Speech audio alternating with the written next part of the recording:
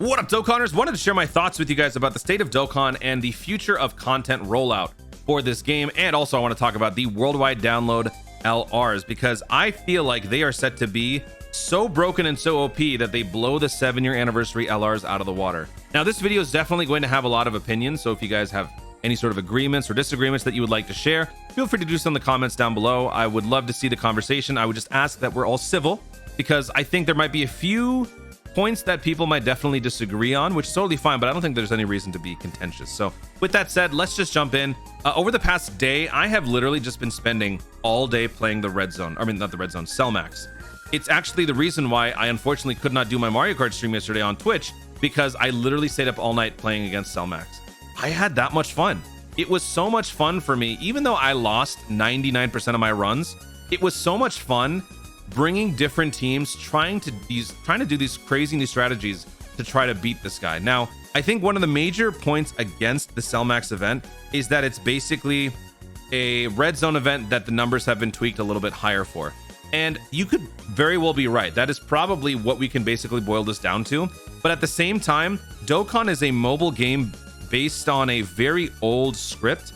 And this event, this game itself doesn't really have much in terms of being able to introduce a whole lot of new elements or mechanics. I mean, I'm sure that they'll do more things like this, because every single year they give us a new mechanic, but like in terms of overhauling the content to give us brand new things altogether that aren't basically reduced down to just numbers being tweaked, I think might be a little bit too tall of an order to ask. Like, for example, Destiny gives us a bunch of different DLCs. Destiny has a bunch of different game modes and different things that they can do, but that is a much bigger game with a much bigger scope and a bigger budget.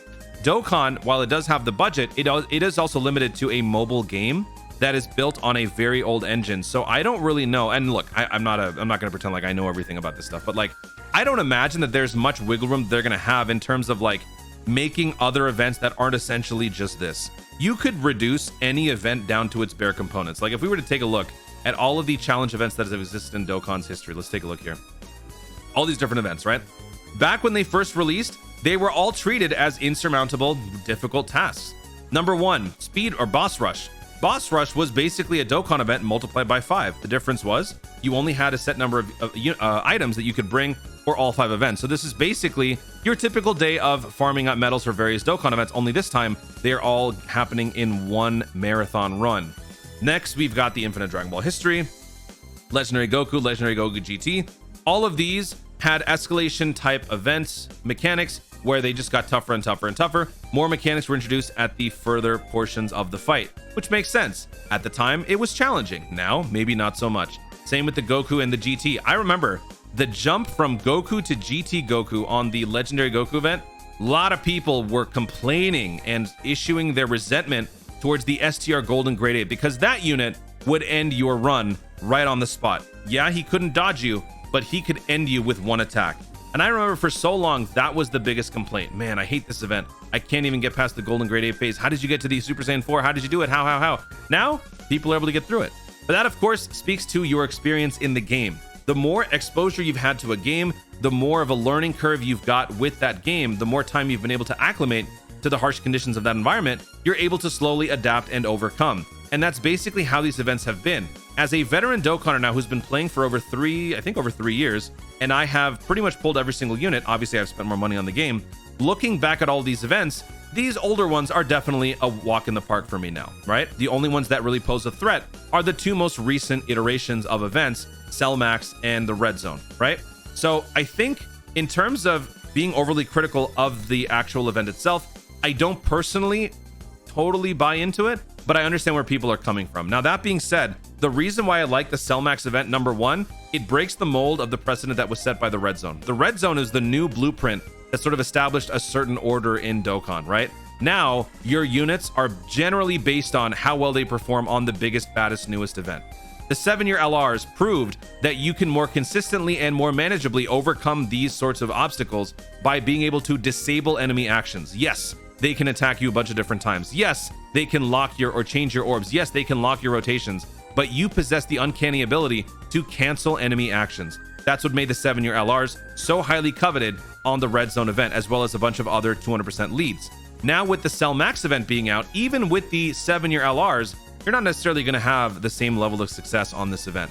Yeah, you can cancel his actions, but he hits so destructively hard that even if you have all of the necessary pieces in place, you could be ended in one fell swoop with one attack. For me, that adds a lot of risk and a lot of appeal to this event. I think a lot of people could agree with that. And also what makes this even more ridiculous is the fact that the item restriction is literally a sensu bean. Now, this is definitely anti-item because it doesn't allow you to use any of the other items that you have, which I think we have like over 100 now, 150, I don't know. But the fact that you can only use a sensu bean adds a ridiculous new wrinkle to an event that I don't think we've seen a whole lot of before. I can't think of other events where you can't use any item but one. Like we have, like for the red zone, you can only use one item, right? But that item could be anything of your choosing. For Cell Max, the one item has to be sensu bean. I think that is that's a brilliant idea because now it forces you to really rely on the individual abilities of the units. And while your argument could be that the units must be from a certain class, like there's only like a handful of units that could actually beat the event, at this moment, I agree that that's true. I still like it because it's a whole new different experience. This means that other events still have appeal. Cell Max is good, he's strong, but you can only use like 10 units. Okay, let me do Red Zone. Red Zone is great, but there's only 20 different units that I could choose from. Okay, let me go to Super Battle Road. Super Battle Road sucks because I can't do this run unless I have a particular category. Okay, let me do something else. Legendary Vegeta event. Okay, this is great, but it's very tough. I can't do it. There's so many more options, so many different foods for every mood that the casual Dokkaner has a bunch of different options to run through for challenging events. And I think that this is what Dokkan should be all about. We have a ton of different units, so we have subsequently a ton of different events, a ton of different ways to challenge yourself in whatever capacity you would like that challenge to be.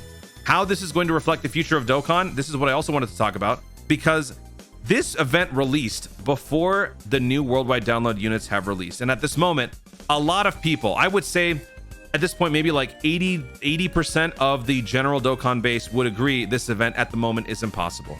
Obviously, this is not true. For those of you who have spent enough time actually working through and trying to beat the event, a lot of you guys have probably been able to do so at this point, but that doesn't necessarily mean that this is not still an impossible event for the overwhelming majority of players, which is why this event serves as a free advertisement for whatever is to come. With the new worldwide download units set to release in about a week, we could be seeing the new best, most OP units in the entire game in the form of the Goku and the Cooler. The Goku and the Cooler. Whatever they end up being, they will probably be the answer to the Cell Max event. And I like that. I think that this is a great opportunity for those of you who don't necessarily have the means or the funds to summon on every single banner. If they were to do this in the future, where like, maybe not necessarily every single Dokkan Fest, but some marquee Dokkan Festival unit or some sort of marquee celebration, they introduce a new event. They release it ahead of time so that you can get a taste for what the event looks like in a world where you don't have the new units. Then, when the new units are released and you do see what they can do, then it sort of acts as its own little self-advertisement to be like, okay, if I want to tackle this event and I want to have a generally much easier time, I'm going to need this new unit. I think that's a great way for a Dokkan to allow people to take on events in a way that they shouldn't be typically. And then it also gives them the option, if they want to try to do this the easier way by spending some money. I think it makes sense both for the business and for the players. So for me personally, yeah, I know Toon's a whale. Yeah, he can afford it. Sure. I'm sure a lot of you guys are probably going to say that, but I just think that that's just my own opinion. So I'd love to know what you guys think about that. But in terms of the units themselves, I think we can all agree, whatever these guys end up being, they're going to be even more powerful, way more powerful than the 7-year LRs. I cannot wait to see what they're going to do. I hope that it's not a simple, just a 220% leader skill, because I don't think we're ready for that yet. I think the 200% meta is fine the way it is. I think it's more about the mechanics and what sort of new concepts they introduce into the new units. But we're going to have to wait and see, because usually the new mechanics are introduced during the actual yearly anniversary. So we've already introduced the attack or the enemy cancellation, or the, what is it called? The action disabling technique. I don't think we're going to get anything more profound than that. If anything, the worldwide download units will probably possess this ability, along with guard, along with damage reduction, along with some broken combination of category leads, and probably a bunch of other things put together. But I don't imagine that it's going to have some sort of a new mechanic that completely transcends the Cell Max event, because this event still needs to be a challenge. Now, little conspiracy time. I do want to say that aside from that, I am also curious, are they going to make the worldwide download part 1 banner units the ones that can answer for the Cell Max event, or Could they be even more dastardly and do something different? Here's what I think.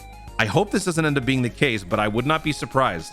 What if part 1 gives us Cooler and Goku, part 2 gives us the superhero celebration with the legendary summon being Beast Gohan?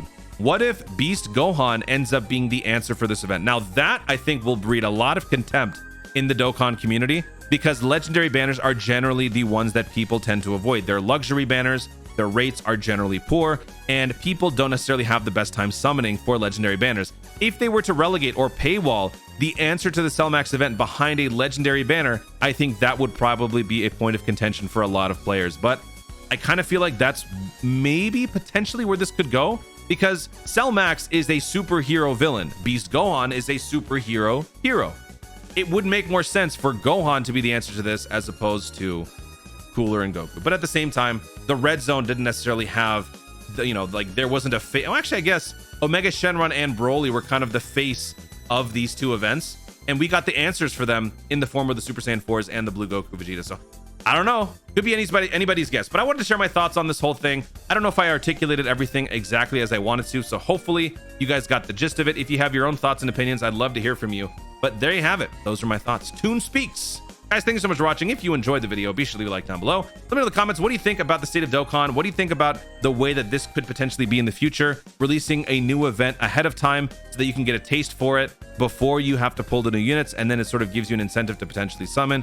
What do you guys think about all of that? Let me know in the comments down below. Also, be sure to subscribe for more Dokkan content in the future and click the notification bell so that you let YouTube know you want to see more of my stuff. Do it. Thanks again. Stay tuned. AashanAnimeArt to Dokkan responsibly.